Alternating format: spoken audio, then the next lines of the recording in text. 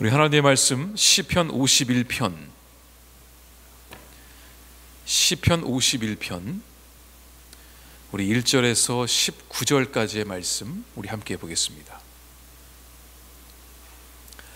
우리 함께 한 절씩 같이 읽겠습니다.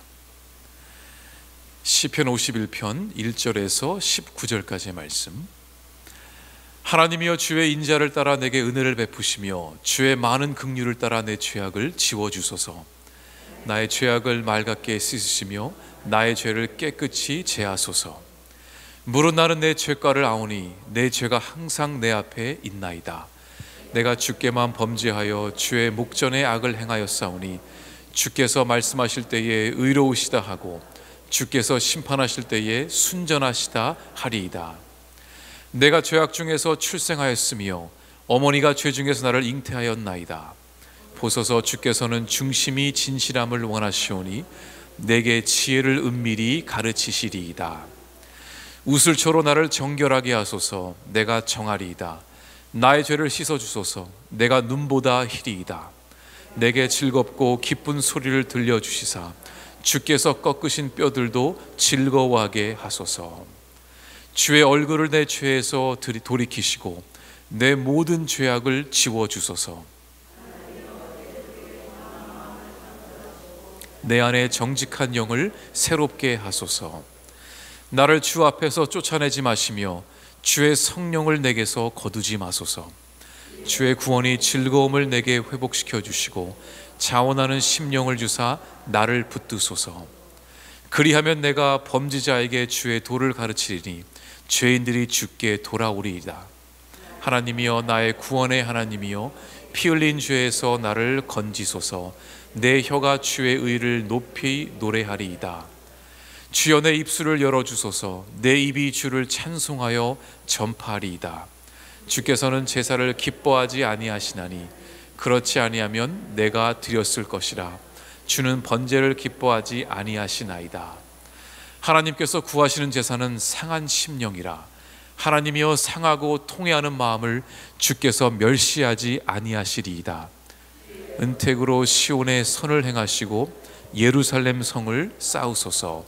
함께 읽습니다. 그때 주께서 의로운 제사와 번제와 온전한 번제를 기뻐하시리니 그때에 그들이 수소를 주의 제단에 드리리이다. 아멘.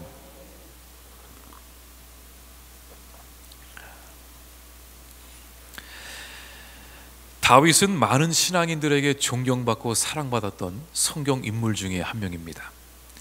다윗은 하나님을 너무나 사랑한 나머지 이 어린아이처럼 찬양을 하고 춤을 추기도 했습니다.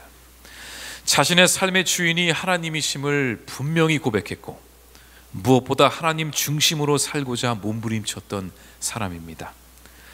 그런데 동시에 다윗은 많은 죄를 저질렀던 사람이기도 합니다. 다윗처럼 뻔뻔하게 하나님이 보고 계시는 것을 알면서도 끔찍한 죄를 지은 자도 성경에 몇몇 되지 않습니다. 죄를 차라리 모르고 지었더라면 하나님을 몰랐기 때문에 그랬을 수 있겠구나 할 수 있지만 이 다윗은 하나님이 보시는 것을 알면서도 그 앞에서 그 유혹을 이기지 못하고 죄를 범했던 사람이기도 합니다. 그리고 다윗은 죄를 지은 후에 눈물로 하나님께 회개했고 그때마다 하나님은 다윗을 용서해 주셨습니다. 그러니 다윗은 이 하나님의 은혜 앞에 엎드릴 수밖에 없었습니다. 자신이 어떤 행동을 한지를 분명히 알고 있었고 벌레만도 못한 자신을 그럼에도 불구하고 용서해 주시는 하나님의 은혜 앞에 엎드렸던 것이죠. 오늘 우리가 읽은 시편 51편은 이 다윗이 쓴 시인데 이 시를 쓰게 된 배경이 있습니다. 오늘 우리가 나름 길지만 이 19절을 전부 다 함께 읽었는데 이 전체적인 내용을 보면은 지금 다윗은 하나님께 간절히 간구하고 있습니다. 하나님이여, 은혜를 베푸셔서 내 죄를 씻겨주소서. 나를 정결케 하소서. 우슬초로 나를 터치하셔서 내 마음속에 있는 그 더러운 죄악들이 눈처럼 희게 하소서. 그러면서 다윗은 자신이 지금 지은 죄를 알고 있으며 자신은 죄악 중에 태어났으며 자신이 얼마나 큰 범죄를 했는지를 고백하고 있습니다. 자신이 지은 죄로 인해서 찾아오는 죄책감으로 고통받고 있는 다윗의 모습이 보이기도 합니다. 오늘 1절에 보면은 주의 인자를 따라 내게 은혜를 베푸시며 내 죄악을 지워주소서. 2절에 보면 내 죄악을 말갛게 씻으시며 나의 죄를 깨끗이 제하소서. 7절에 보면 나를 정결하게 하소서, 나의 죄를 씻어주소서. 9절에 보면 내 모든 죄악을 지워주소서.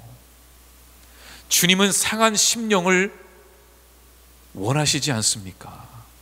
내가 지금 주님 앞에 눈물로 회개하며 내 상한 심령을 주님께 드리오니 나를 제발 용서해 주십시오.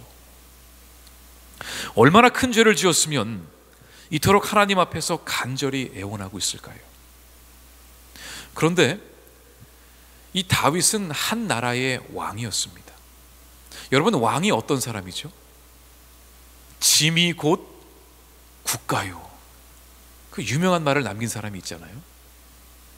한 나라의 왕으로서 잘못을 좀 했다고 할지라도 그걸 누가 뭐라고 할 수 있겠어요?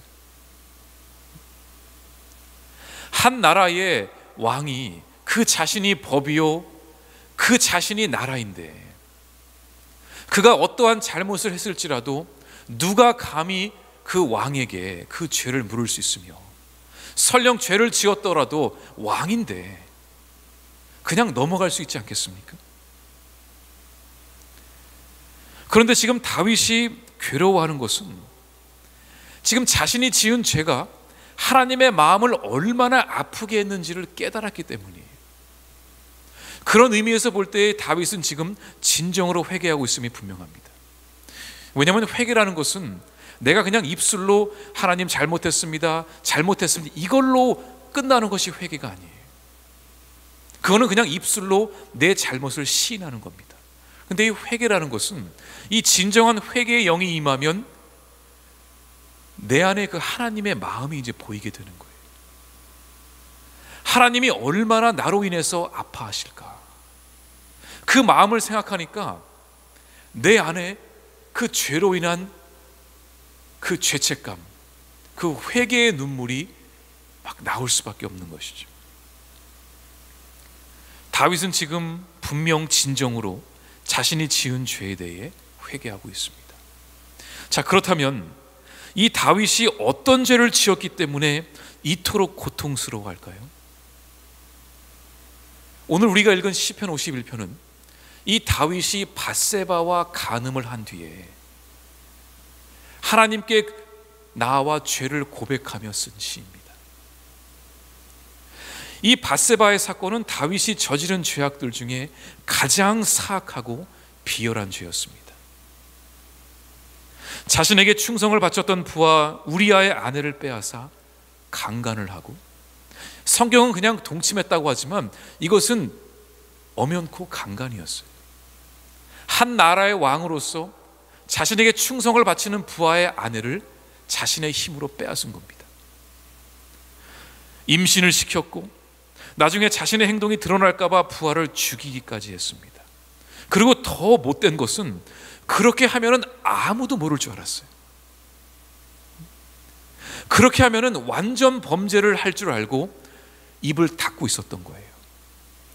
하지만 누가 보고 계셨죠? 하나님이 보고 계셨고, 하나님이 나단 선지자를 다윗에게 보내셔서 나단이 다윗의 죄를 고백하게 했습니다. 그의 죄를 드러나게 하신 거죠. 그제야 하나님께 들킨 것을 알고 다윗은 엎드려 눈물로 회개하기 시작합니다. 그때 적은 시가 바로 오늘 우리가 읽은 51편입니다. 그리고 하나님은 정말 놀랍게도 이 다윗의 회개를 받아주세요. 우리 같았으면은 절대로 용서 못했을 겁니다. 그런데 하나님은 이 다윗을 용서해 주세요. 왜 하나님은 다윗을 용서하셨을까요? 다윗이 일평생 딱 한 번 죄를 지었기 때문에 용서해 주신 건가요? 처음이니까 용서해 주셨을까요? 아니죠. 다윗은 이 밧세바 사건 말고도 이 왕으로 40년간을 통치하면서 지은 죄들이 많이 있었습니다. 권력을 빼앗기지 않으려고 얼마나 안간힘을 다했겠어요. 권력을 빼앗기지 않기 위해서, 그 왕의 자리를 지키기 위해서 얼마나 많은 원수들과 싸웠겠습니까? 얼마나 많은 유혹과 명예와 탐욕이 그를 찾아왔겠습니까? 왕이란 자리가 그런 자리더라고요. 밧세바의 사건은 그냥 그 중에 하나였던 거였어요.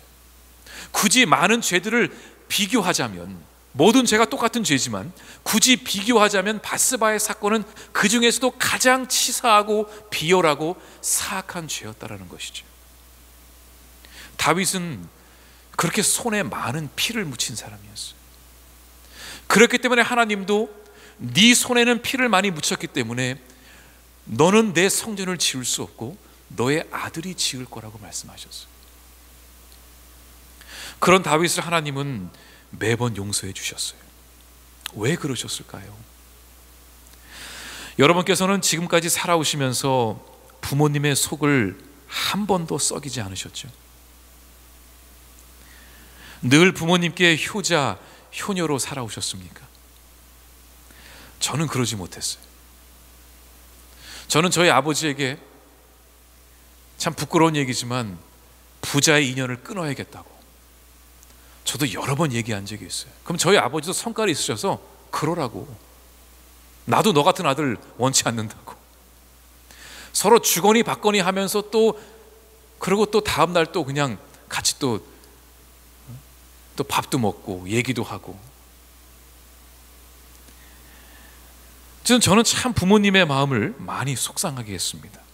그런데 부모님은 늘 저를 용서해 주셨어요.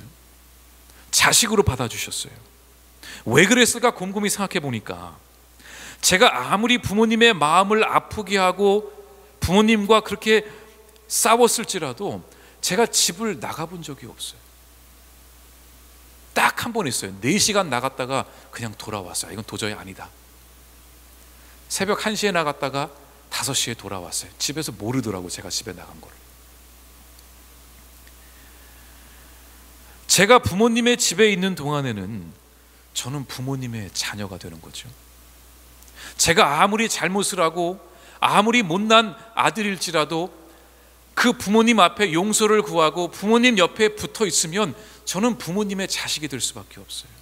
그리고 부모님은 부모의 마음으로 부모님이기 때문에 그 못난 자식을 또 받아주시고 용서해 주시더라고요. 제가 만약에 그때 집을 그냥 나갔더라면, 정말로 인연을 끊고 그냥 나갔더라면 저는 정말 부모님과의 관계가 단절됐을 것입니다. 다윗은 죄를 많이 지은 사람이었어요. 물론 다윗은 하나님을 무척 사랑했던 사람이기도 했습니다. 우리들도 하나님을 사랑한다고 고백하면서도 이 죄를 지을 때가 있지 않습니까? 다윗처럼 말입니다. 때로는 하나님 앞에서 기뻐 뛰며 춤을 추고 하나님이 나의 인생의 주인이심을 고백하면서도 어느 순간 유혹이 찾아오면 나도 모르게 하나님 앞에서 죄를 짓고 맙니다. 그리고 또 회개합니다. 용서를 구합니다. 그럼 하나님은 또 우리를 받아주세요. 다윗처럼 말입니다. 그런데 다윗이 한 가지 딱 잘한 게 있었어요. 제가 이것만큼은 다윗을 정말 칭찬해 주고 싶더라고요. 그게 뭐냐면, 다윗은 일평생 여호와 하나님의 집을 떠나지 않았어요. 그게 다윗이 잘한 것들 중에 하나예요. 주는 나의 목자시오, 나의 지팡이시오, 나의 막대기시오, 그 고백을 하면서 한 번도 주의 전을 떠나지 않았어요. 오죽하면 다윗이 고백한 유명한 그 말이 있죠. 시편 84편에 보면 주의 궁정에서의 한 날이 다른 곳에서의 첫날보다 나은지요. 악인의 장막에 붙어 사는 것보다 내가 하나님의 성전 문지기로 있는 것이 좋사오니. 내가 다른 곳에 가서 첫날을 배불리 먹고 누리며 살지라도 하나님 옆에 하루 붙어 있는 것이 더 행복하다라는 거예요. 다윗은 절대로 하나님의 곁을 떠나지 않았던 사람이었어요. 우리도 하나님 옆에 바짝 붙어 있으면 하나님이 절대로 우리를 버리지 않으십니다. 우리도 다윗처럼 아무리 힘들고 어렵고 고난 가운데 있을지라도, 죽음의 골짜기를 지나갈지라도 우리도 하나님 옆에 바짝 붙어 있으면 하나님이 절대로 우리를 버리지 않으신다는 거예요. 하나님은 그런 다윗을 자식으로 여겨주셨어요. 부모의 마음으로 그를 용서해 주시고 품어주셨습니다. 다윗이 또 죄를 저지를 것을 아셨음에도 불구하고 하나님은 그런 다윗을 품어주셨어요. 그런데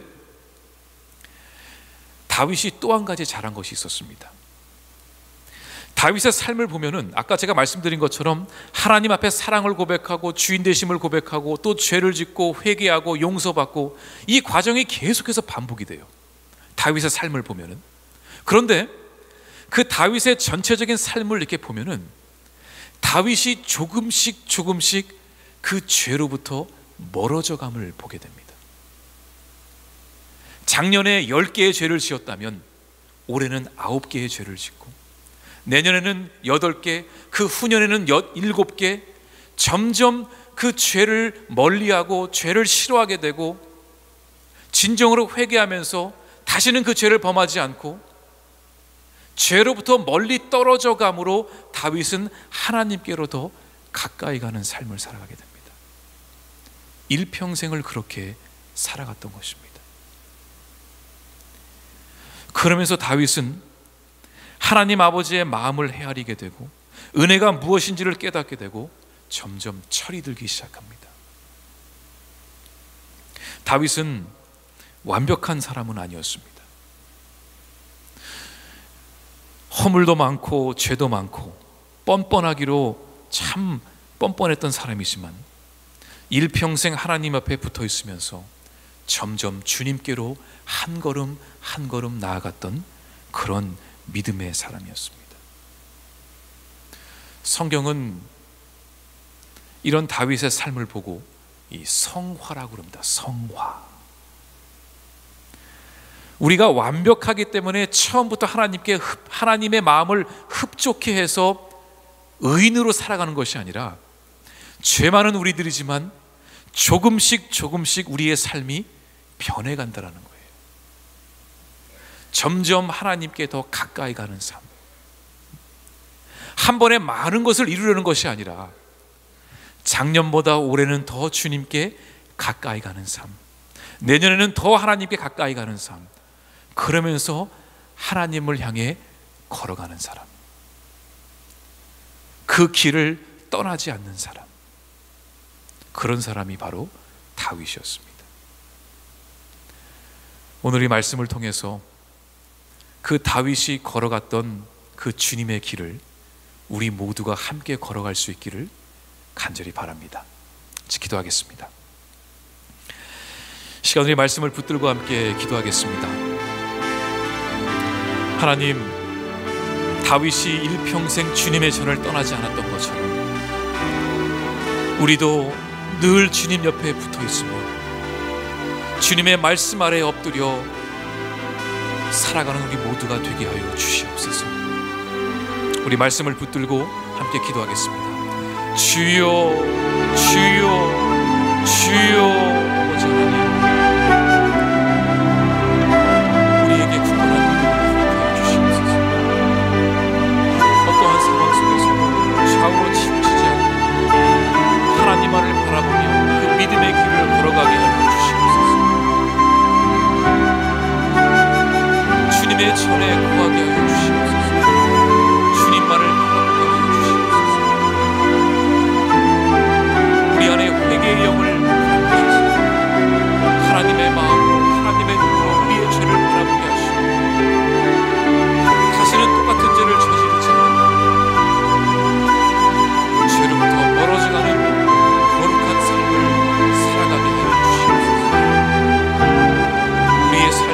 온전히 주님께 기쁨이 되는 삶이 되게 하여 주시옵소서.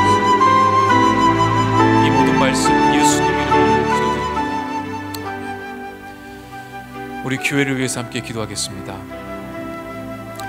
사순절 특별 기도회를 하고 있습니다.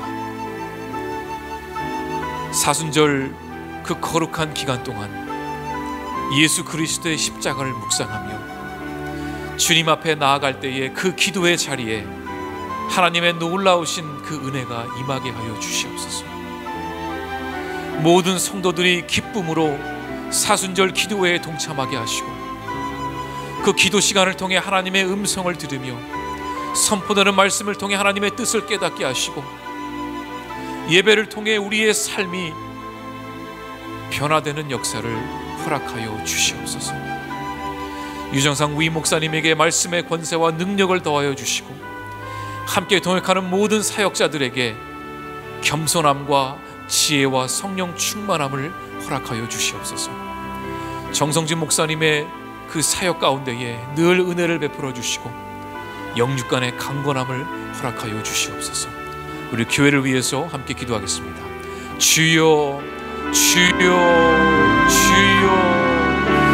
하나님 아버지, 사순절 특별 기도회를 하고 있습니다. 거룩한 이 시간에 사순절을 묵상하는 이 시간에 우리 운전교회 성도들이 주님 앞에 나와 기도하고 말씀 앞에 서고 그 예배로 주님께 나아갈 때 하나님 우리에게 은혜를 베풀어 주셔서 주님의 놀라우신 음성을 듣게 하시고 주님의 뜻을 깨닫게 하시고 그 예배 가운데에 하나님의 놀라우신 복음의 능력이 우리에게 임하게 하여 주시옵소서. 정성진 목사님의 그 사역 가운데에 성령의 열매를 맺어지게 하시고 영문간의 결과를 허락하여 주시옵소서. 유정상 우리 목사님에게 말씀의 권세를 주시고 영문간의 결과를 허락하여 주시옵소서.